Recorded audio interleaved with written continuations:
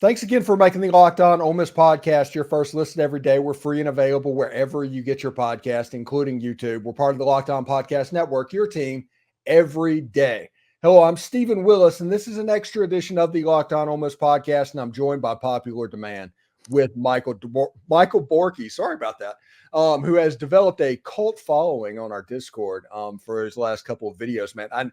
I am imagining that you can retire now. You kind of hit your goal, right?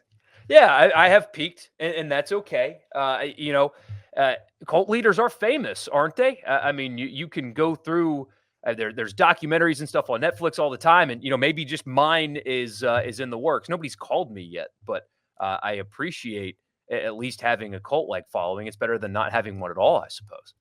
Yeah, and my show and this channel is all about perspectives. It's not just about my opinion. It's about everybody that comes on the channel's opinion. And I want different opinions. And one of the reasons I wanted to get you on this week is because you are from South Carolina. You were kind of dropped into this Egg Bowl rivalry.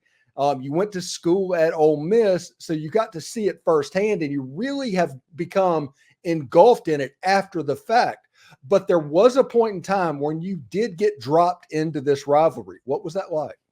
So it's not dissimilar to the one that I grew up around. Clemson and South Carolina are very similar. It's a two programs that, although recently Clemson has changed that, don't really have a whole lot of history of success. Clemson before Dabo had one national championship, and it was a year that ESPN called the worst year in college football history. And South Carolina didn't have one or doesn't have one, and they only had one Heisman Trophy winner. It's a couple of programs within a state that is kind of similar to Mississippi that really kind of for a long time had that game. So it didn't – I wasn't too surprised by the dynamic because of where I grew up, but I do think that the outsider perspective of the Egg Bowl is something that I talk about a lot that I wish would change. It's not totally fair to compare the Egg Bowl to like Ohio State, Michigan, because Ohio State has 7 national championships. It's not fair to compare it to the Iron Bowl because of the success, although Auburn's is much more down than up. But those programs have historical success and championships. But when you think Iron Bowl, you think kick six, you think Cam Newton, you think history on the actual field more so than you do, well, they don't like each other. And same thing with Ohio State, Michigan, even Bedlam, which has been dominated by Oklahoma. You still think, high scoring game, crazy amount of points, stuff like that. The perception from even in that state, which is similar to Mississippi with their rivalry, is fights. Well, we got to watch the Egg Bowl because it's a sideshow. You think dog pee celebrations and fighting and stuff like that. And frankly, it's something about this game that I don't like. And I wish it would become more about the results on the field and the football and the great games as opposed to, the extracurriculars. And every rivalry's had them. Clemson and South Carolina have had a brawl.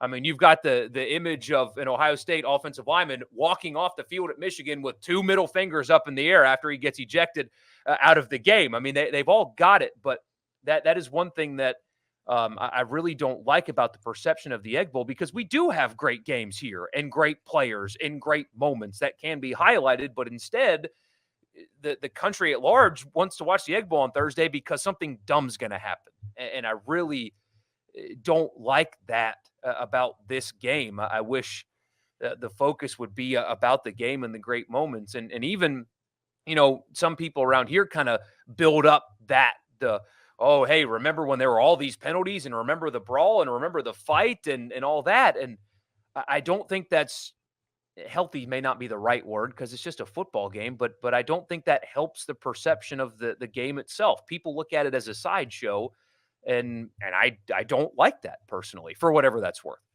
Yeah, and I totally get that, and especially I've had different things. Like one of my first game was Steve Sloan's the last game that Ole Miss wore with Colonel Rebel on the side of the helmet. I went to, but after that I went to the Immaculate Deflection, and for years it became honestly just like a way for me and my dad to have a moment, and it was the Egg Bowl every year in Jaxson because we lived in Florence at that time, and we'd go up there and see that game, and we saw moments like the immaculate deflection, which was, by the way, in the stadium. I don't care what anybody says, even though there's 300,000 people that were at that game now.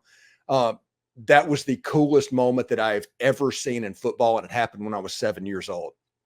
And I will describe this for you because you probably have heard 7 different stories of this, but in the stadium as the viewpoint for a 7-year-old, Mississippi State, it was a weird day. It was an overcast day. It was starting to get windy. It was like the few moments before a major thunderstorm was going in. That was the atmosphere that was around the game in the second half of that. And Mississippi State was running the wishbone in that. And they had John Bond, and they worked their way down the field. And it just got to the point where you could tell that Embry-Bellard from Mississippi State had just decided that we were going to kick the field goal, because at that point they had Artie Cosby. He was an all-SEC kicker, and it was a 27-yard field goal. I don't think people realize that how close that kick was. It was almost an extra point. So he goes out there and does that. And when he does that, it was one of the first times I've ever seen a coach try and ice the kicker. Billy Brewer called a timeout, and he iced the kicker. Well, in that time, him calling that timeout allowed the weather to get a little bit worse. And Mississippi State went up there, and Artie Cosby kicked the ball, and it went straight up, and you could see the ball's rotation change. The wind hit it, and the rotation changed, and it fell straight down. I mean, it was splitting the uprights. There was no doubt that it was going in. It fell straight down. It did not cross the plane of the goalpost at all. But when he kicked the ball, it was obvious to the Mississippi State fans that it was going in. So that whole side of Memorial Stadium stood up and was just losing their mind, because on the last second of the game, Mississippi State just defeated Ole Miss. And then it fell down, and it just got quiet. And the Ole Miss side, the volume changed, and they went nuts. And the players went nuts on the field, and everybody's like, what did we just see? And that was the game where Ole Miss made it back to a bowl game because of that, for the first time in like 13 years. I mean, all of the storylines on top of everything. We know what the Egg Bowl means. It hasn't changed. It means as much as it did back then. But just picture how that would be handled in today's social media landscape. The memes would be great. Just all the incorporation of God turns out is an Ole Miss fan after all. I mean, that would be, man. I know the video. I've seen the video. That's all I've seen. It was that happened before I was born. But those are the kind of moments that I think only people know about around here, and that's such a shame, because how do you explain that? Yes, like, it's really windy. Wind has affected kicks before, but for one to go up and just dead stop in the middle of its trajectory and fall right in front of the post it's just unbelievable. Will never happen again. No, not like that.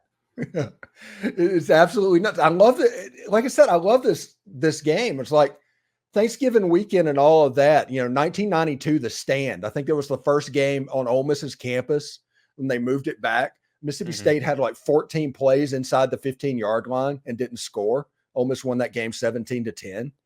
I mean, there's such great moments in this game. And this game means so much to me. And the one thing that is driving me crazy that I see, and I see a lot of people that are trying to downplay this rivalry. And I think it's a reaction of them trying to figure out a way from what you said earlier. They want the stupid stuff to go away. And I don't blame that. It needs to go away. But they just downplay the whole rivalry. And the people that says leave the Egg Bowl trophy on the field, I'm sure you've seen that on Twitter as well. This game means something to Ole Miss fans, and it means something to Mississippi State fans. I would argue that Ole Miss also having a rivalry with LSU and Mississippi State not even understanding how that is possible is the only difference between these two fan bases in this game. Yeah, I see a lot of that. The whole discourse around who's the real rival. Well, of course it's Mississippi State. You can have more than one. I mean, Michigan and Ohio State play on Saturday. Michigan has a conference game with a school in their own state too. I mean, you can have multiple rivalries, and that works out. But of course, this game matters. Now, what's funny about this year's game is that not a dissimilar vibe to last year's, although on the other side of the field, there are questions. There's kind of a cloud over what's Lane Kiffin doing. And although at that point, he was staying at Ole Miss, there was no more debate. But still, people walked into the stadium that day wondering, is this the last time I'm going to see Lane Kiffin coach Ole Miss? And it kind of clouded that game because there was this other stuff going on. They even had to address it on the broadcast in the open because the Arkansas game and how that was broadcasted was just awful. And frankly, it was deeply unprofessional. And so they had to start the Egg Bowl broadcast with, we know that that's out there. We're not going to address it. Tonight's all about the game. So it started with that weirdness. And you're going to get, I guess, some of that with Mississippi State because Zach Arnett's not on the sideline. They are currently engaged in a coaching search. So there's something else going on. And frankly, this year, it's far more important for Mississippi State to get that correctly than win the game. I mean, if they win the game, they keep the bowl streak alive, a bowl streak that features a 5-win season and a 3-win season. But they went to bowl games. Still happened. They went, and they're awfully proud of that bowl streak. So, I mean, that's quote unquote on the line for them, but that doesn't matter. Nobody nationally gives a crap about a bowl streak when, again, it's a 3-win season, a 5-win season, and then going 6-6. Nobody cares.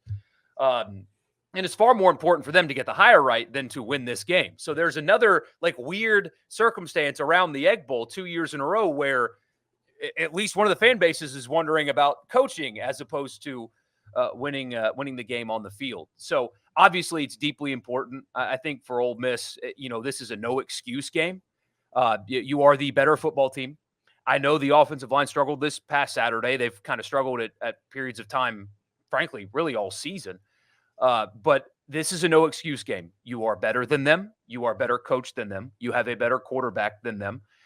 Yes, it is on the road, but I mean, it's an interim situation that there is frankly no excuse for Ole Miss to lose this game, especially with what's on the line. They should be very much engaged.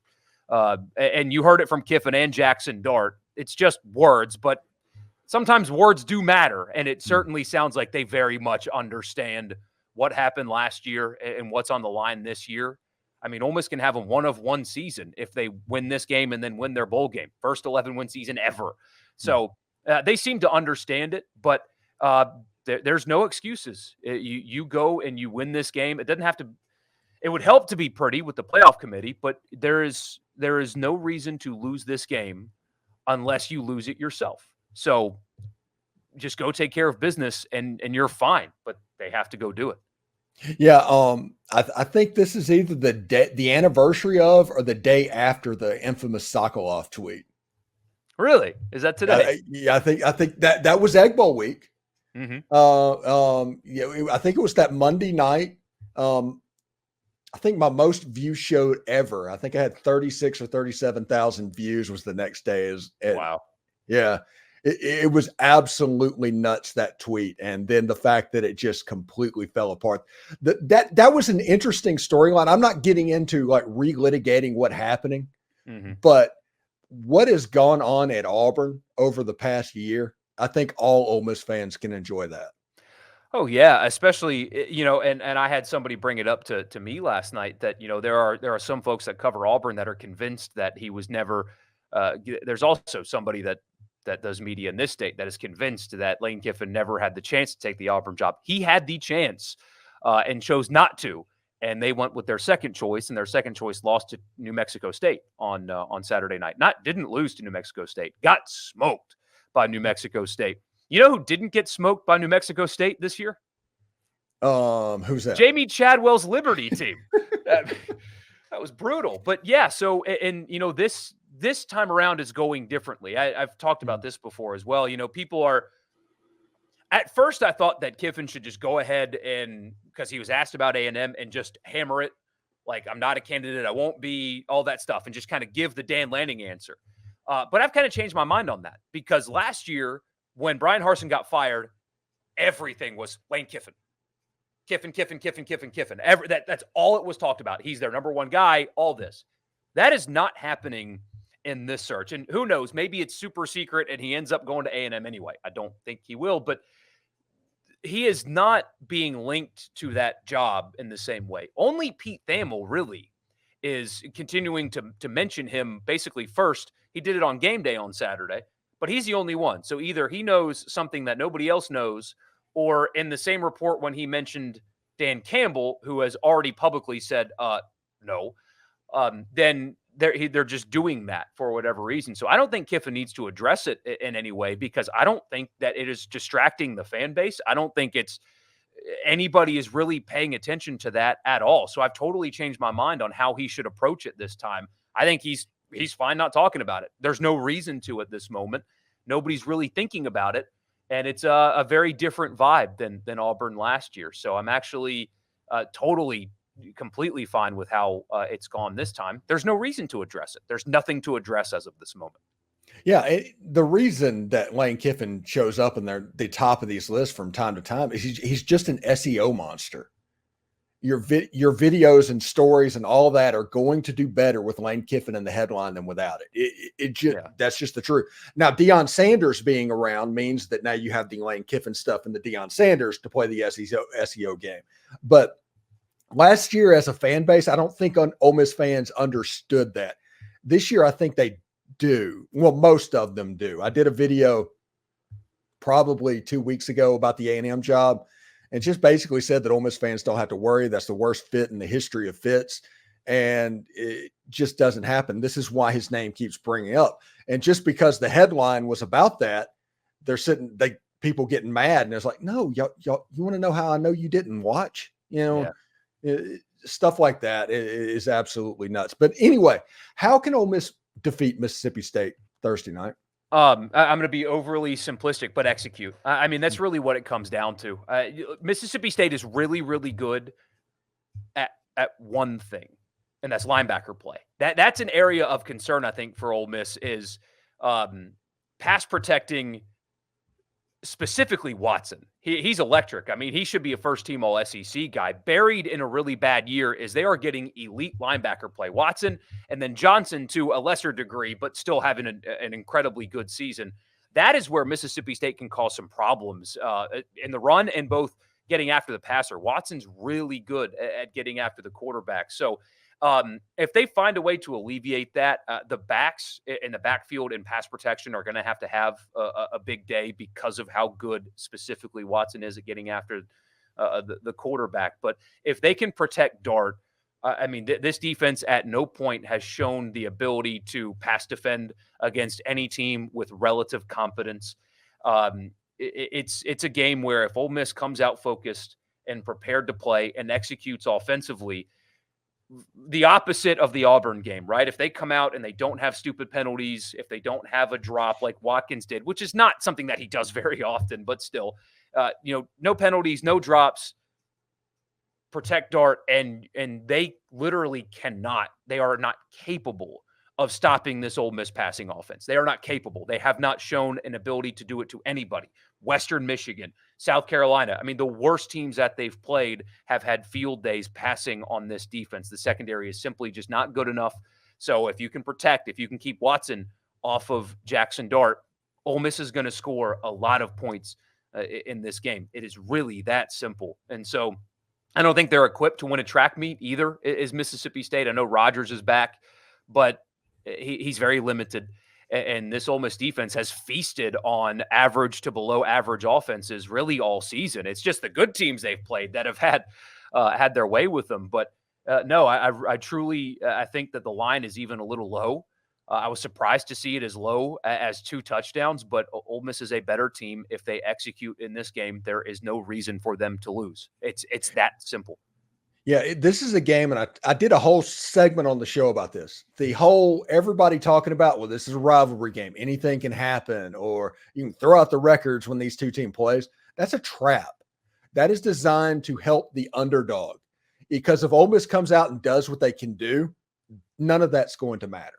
Right, and people point to like last year's game. Mississippi State was not a bad team a year ago. Now, Ole Miss was favored, but it's not like this lowly underdog with 3 wins and nothing to play for walked into Oxford and won last year. I mean, that was a Mississippi State defensive front that was exceptional against everybody they played. Somehow those same guys got worse this year. I don't know how that happened, but it's like the same guys.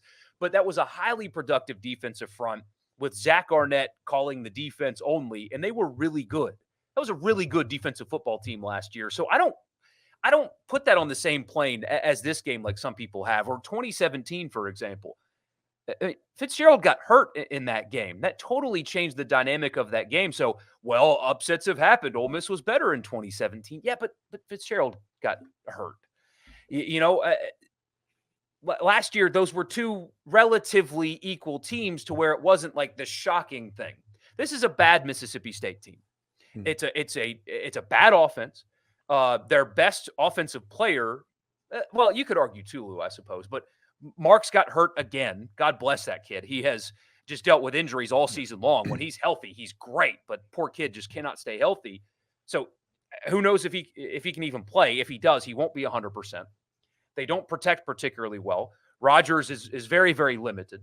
Schematically, they have a really hard time getting the ball to their playmakers. It's just not a good offense at all. They have fired their coach. Their secondary is abysmal. Field goal kicker is pretty good. I mean, that's what we're talking about with this Mississippi State team. It is not – they're not on a similar plane. So if Ole Miss were to lose this game, you can point the finger at yourself while looking into the mirror if you're Ole Miss. That is how they lose this game. There's nothing that Mississippi State can do if Ole Miss plays their A game that will beat Ole Miss. Nothing. And I mean that. If Ole Miss plays their A game, they're not losing. It's all about Ole Miss in this one on Thursday. If they play to their capability, it is an impossible game to lose. Well, let's talk about the fact. Let's say Ole Miss wins this game, finishes up 10-2. So they still have all the most wins in school history on the table, all of that. Ole Miss is projected to go to the Citrus Bowl. And right now, Missouri is projected into the NY6. And if you look at Missouri's resume right now, they lost the game against LSU that Ole Miss beat. They lost the game against Georgia that Ole Miss lost to. They do not play Alabama, and they do not play Ole Miss. That's the 4 best teams probably in the SEC at the moment. But Missouri is looking like they're going to back into an NY6 game, probably playing Tulane. And I understand. And when I say I understand why, I don't agree with it. I understand why Missouri got ranked ahead of Ole Miss, and it's eye test. The committee seems to think that they look better than Ole Miss, but I can't stand this debate at this time of year every year. We do it with, well, Alabama looks better now than Texas. I actually agree with that. I think Alabama looks better than Texas right now, but they played each other. And Texas went to Tuscaloosa and won the game. If the games don't matter, then what does? If what you put on paper doesn't matter, then what does? Are we really going to trust a bunch of suits in a room to say, well, I think that team's better than that one, so they get to go here? I hate that. The games have to matter, and the resumes have to matter. And when you line up Ole Miss's resume with Missouri's, give me one line item that tells you Missouri's is better than Ole Miss. There isn't one. There's not one line item other than a closer game with Georgia. Well, guess what? Vanderbilt played Georgia closer than Ole Miss did. So does that mean Vanderbilt's better than Ole Miss? No. Ole Miss beat Vanderbilt by more than Georgia did. So does that mean Ole Miss is better than Georgia? So you can't do that transitive property stuff when you're comparing teams. It's got to be resume, wins, losses, strength of schedule, and Ole Miss is better than Missouri in every tangible measure. And I mean, did you see what Georgia did to Tennessee this past weekend? Missouri's best win. Did you see what Georgia did to them? I mean, it wasn't close from the jump. And so it drives me nuts. Missouri also played Georgia without Mims and without Bowers. Yes. I mean, what a difference that makes. So I can't stand it. I also don't understand why Penn State's there. Now, Alar's, frankly, pretty awful at quarterback anyway, but he got hurt this past Saturday. So if he can't go against Michigan State, maybe Ole Miss will get a gift from Penn State with the loss there. But I don't understand it. It makes no sense to me. I hate hearing the committee chair say things like, well, Florida State a few weeks ago got credit for having their best offensive players out. And so they got a bump in the room for winning a game while guys were hurt. And I thought, wait, hold on. Ole Miss went to Tuscaloosa, and it was close there without Trey Harris. He's a game changer. So does Ole Miss get bonus points for playing close on the road? So I hate that too, because that's an impossible standard from which to judge teams. Well, this team played well without this player, but how do you is a wide receiver more important than a running back, or is an offensive lineman more? You know what I mean? So I can't stand how they do this. I'm so glad it's kind of going away. But yeah, there's no reason other than eye test, which is an impossible standard, to put Missouri in front of Ole Miss. And yet there they are. You know, the funny thing is, to me, the playoff committee has to sit down, and after the championship games and all of that, everything's probably going to change because they do things based off money like everybody else. But the NY6 game that is going to get probably the best, that could get the best ratings and have the most eyeballs on it. Can you imagine if Ole Miss and Lane Kiffin went up against Texas and Steve Sarkisian with Arch Manning and can you imagine how many eyeballs would be on that football game? Oh, I would love it. I would absolutely love to see that, especially frankly, with the way Texas is playing right now. September Texas, you'd have thought, oh shoot, I don't know if I want to see Ole Miss against Texas. But now it's like, yeah, line them up. Let's see what happens. You can win that game. I know the Access Bowls are the thing, but if they do end up not getting the help, which I think they will, I mean, do you think that Penn State, Louisville, Florida State now without a quarterback, Missouri, do you think everybody's going to win? Maybe they do, but that's not college football, right? But if it is a Citrus Bowl game against a ranked Iowa team and a win is an 11-win season for the first time, there is absolutely nothing at all but just pure happiness that an Ole Miss fan should feel after the 2023 season, returning what they're going to return going into the playoff era. So if they don't get that help, as great as it would be to play in an Access Bowl, Iowa and Orlando to get to 11 is still pretty damn awesome considering what the expectations were in August. A situation, I did a video on this. If you're an Ole Miss fan, I know that you want the prestige of an NY6 bowl game. I get that entirely. But if you want coverage of everything around Ole Miss football, you need to kind of root for the Citrus Bowl, because you're going to have all of those people going down there to cover that game. And then 3 days later is the Under Armour All-American game happening in that same stadium in which Stonka Burnside is going to announce his intention. If you want coverage, just coverage for an Ole Miss fan, Orlando's kind of where you want to be if you want all the Ole Miss media people converging on one area. How about that? I did not know that. Yeah, it's a situation. I've already applied for my credential for the Under Armour game because, the practices that week, my time at Rivals, I just love that environment. Just always have. I went to it last year with Santarin Perkins and all those guys, and it's fun. But yeah, all of the players in that Under Armour game, and you're going to have all the news coverage that they're all going to watch. You're going to be the talk of the Under Armour game and all of that. And with Lane Kiffin in town, even though no contact can be made, it'll be nice having Lane being associated with those Under Armour games. Wow. That is something that I did not think about at all. That's interesting though. That it's still a great bowl game, man. It is. So it's the best non-NY6 bowl game. Yeah. And I still, it's college football. I still think they're going to get the help. I do. Yeah.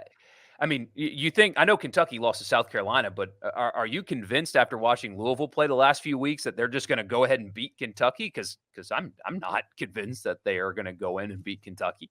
They haven't recently.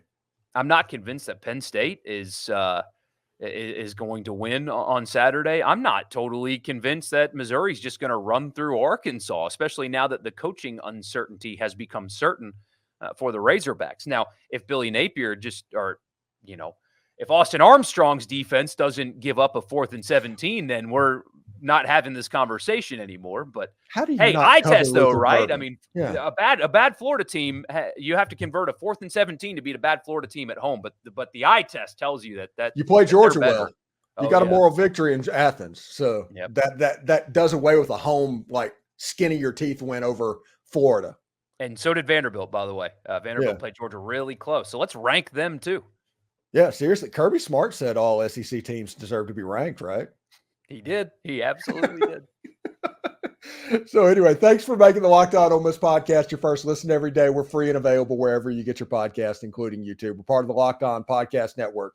Your team every single day. Michael, thank you so much for coming on the show, man. Hope we can do it again soon.